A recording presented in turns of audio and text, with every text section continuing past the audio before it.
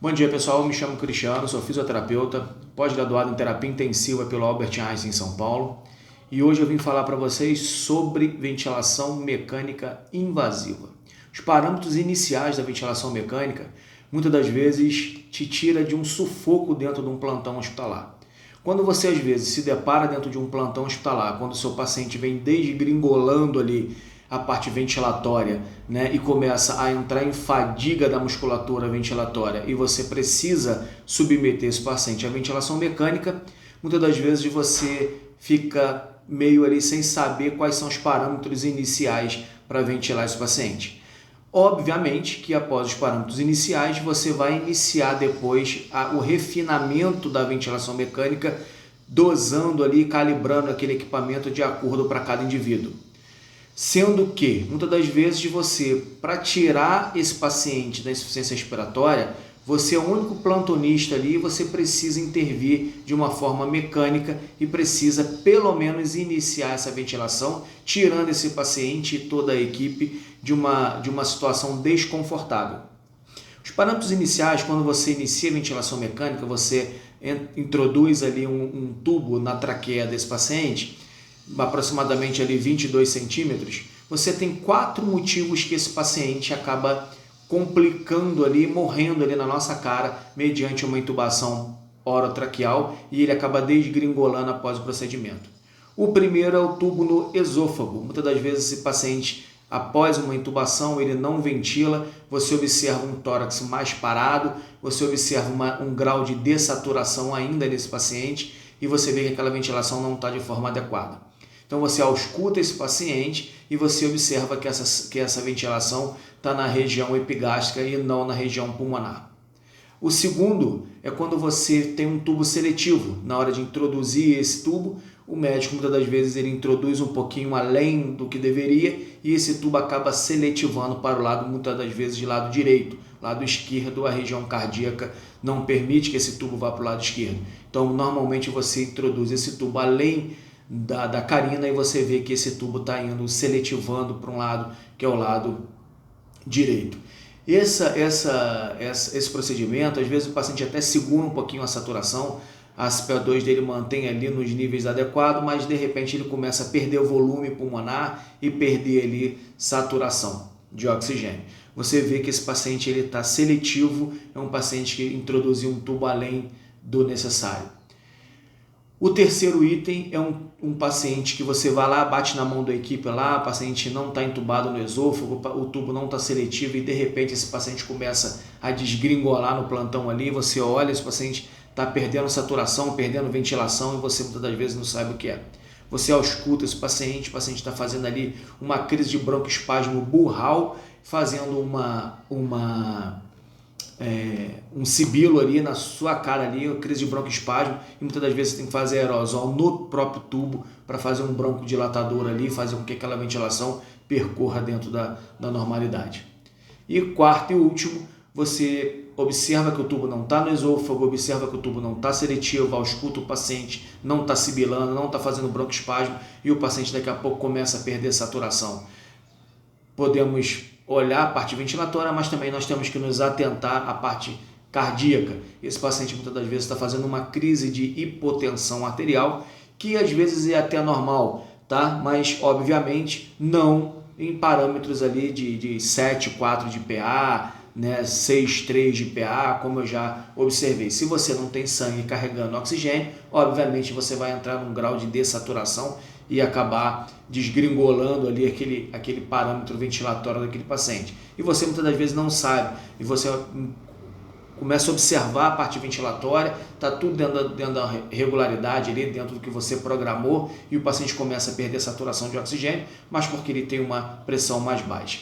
Esses pacientes em ventilação mecânica, nós já esperamos em pressão negativa, né? Então nós precisamos negativar a pressão intratorácica para que esse ar, né, da atmosfera, onde tem mais, onde é positivo, entre para a região negativa, ou seja, nós inspiramos através de pressão negativa.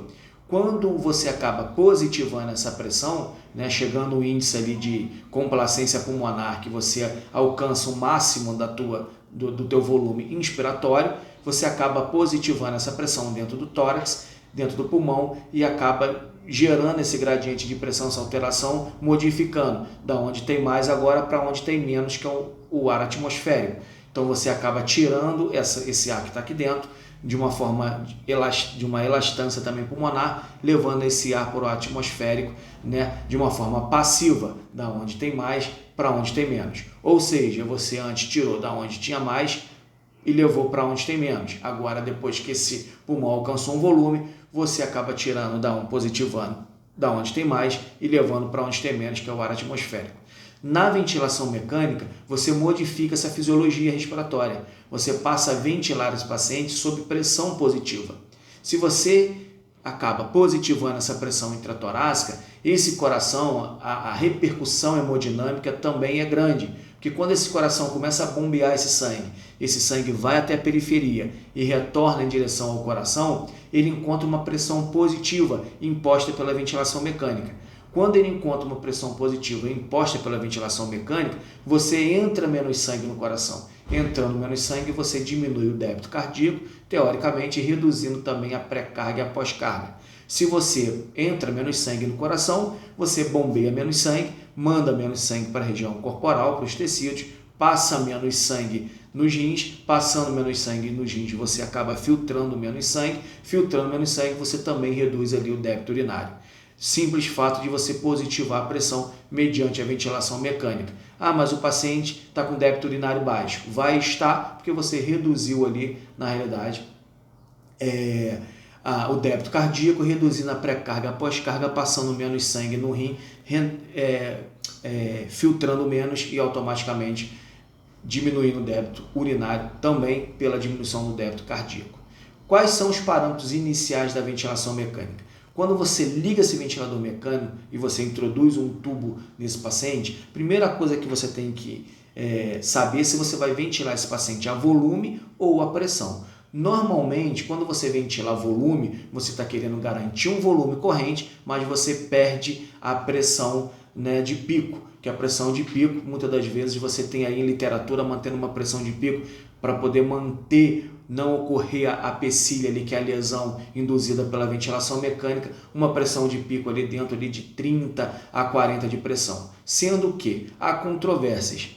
Quando você vai ventilar um paciente no ambu, que você está ambuzando esse paciente, o que significa isso? É uma oxigenação a 15 litros de oxigênio, buscando ali 100% de SpO2 e uma pressão no ambu, que você tem uma válvula ali no ambu de 60 centímetros de água. Ou seja, você tem uma pressão de pico no ambu até 60 centímetros de água. Então, se você acaba tirando esse paciente da ventilação mecânica, porque com medo dele fazer uma pressão alta, né, ultrapassar 40 centímetros de água ali, você levar ele para o ambu, a única coisa que aconteceu é que você tirou a monitorização dele, porque a pressão de pico ela pode ser gerada no ambu até 60 centímetros de água no ambu, oxigenando esse paciente a 15 litros por minuto.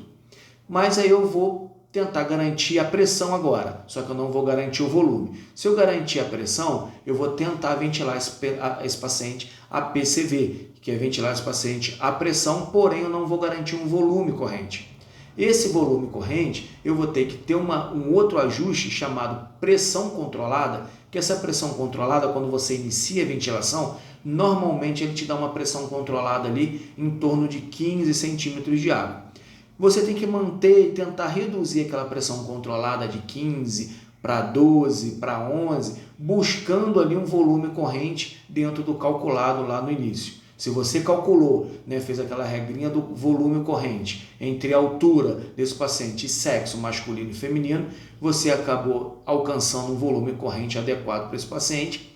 Sendo que quando você coloca esse paciente em ventilação mecânica, começa a fazer aqueles volumões lá de 700, de 600, 700 de volume corrente e você fica com medo de gerar ali volutrauma naquele pulmão, você precisa ir na pressão controle e começar a reduzir essa pressão, buscando esse volume um pouquinho mais baixo dentro da normalidade. Quando eu falo de pressão, o que é pressão? Pressão é a pressão que você está encontrando na via aérea para alcançar esse volume corrente nos alvéolos. Então, dependendo também do grau de comprometimento, da elastância, né, da complacência pulmonar, elastância pulmonar do comprometimento ali de áreas ali atelectasiadas, áreas conchantes, aquele pulmão mais endurecido, você precisa de uma pressão um pouco mais alta para que você possa chegar, né, ofertar o volume corrente que você calculou lá no início. Agora, eu vou entubar esse paciente. Quanto de FO2 que eu coloco, Cristiano? Quando você entuba esse paciente, você precisa garantir uma qualidade na oxigenação.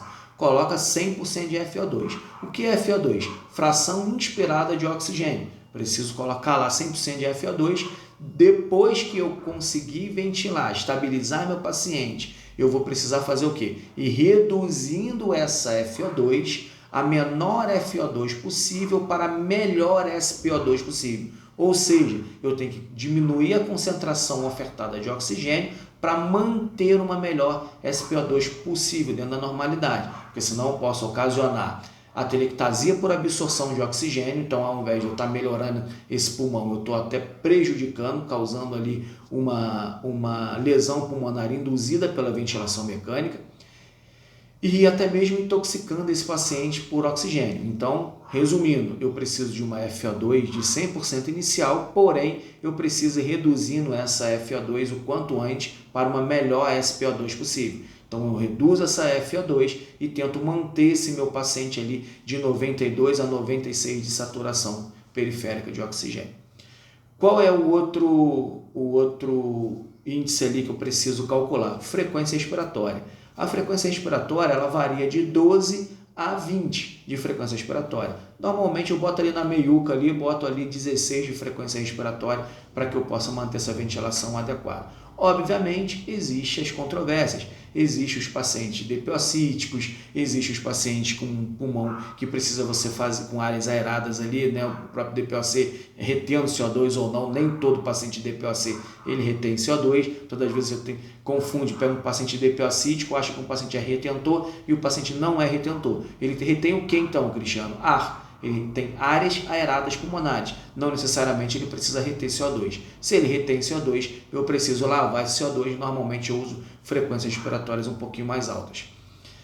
O outro índice é a PIP, pressão expiratória positiva final.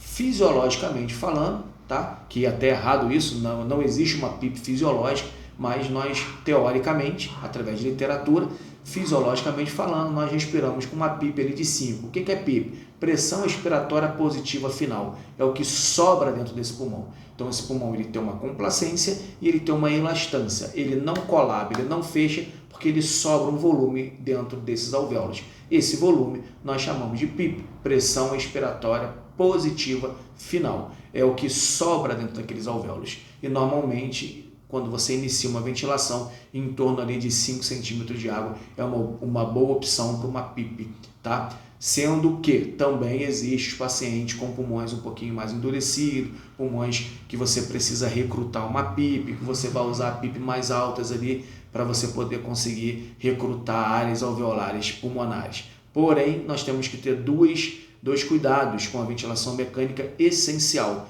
Os dois cuidados com a ventilação mecânica é manter uma pressão de platô abaixo de 30 e uma driving pressure abaixo de 15. O que é pressão de platô? Pressão de platô, você vai na ventilação mecânica e você pausa ali, faz uma pausa inspiratória que você vai acabar distribuindo, né? Ou melhor, redistribuindo ali esse volume dentro dos alvéolos que vai alcançar uma pressão ali dentro daqueles alvéolos.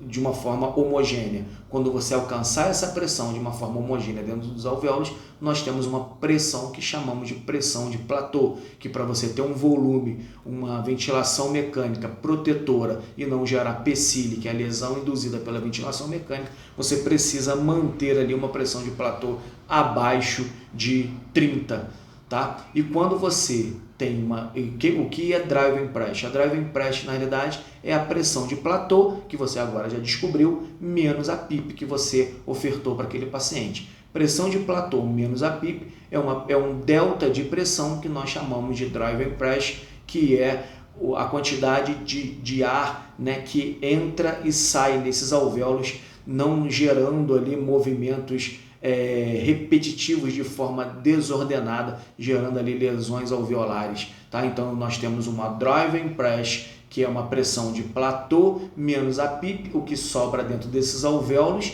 e você manter uma pressão abaixo de 15, que é uma pressão excelente para não gerar, né, lesão pulmonar induzida pela ventilação mecânica. Então tá, gente, uma boa sorte a todos aí, espero que eu tenha contribuído e ajudado para vocês naquele iniciozinho da ventilação mecânica. Caso tenha alguma dúvida, é só me perguntar lá no meu canal que você vai ter o esclarecimento dessa dúvida, tá bom? Um grande abraço a todos e um bom dia.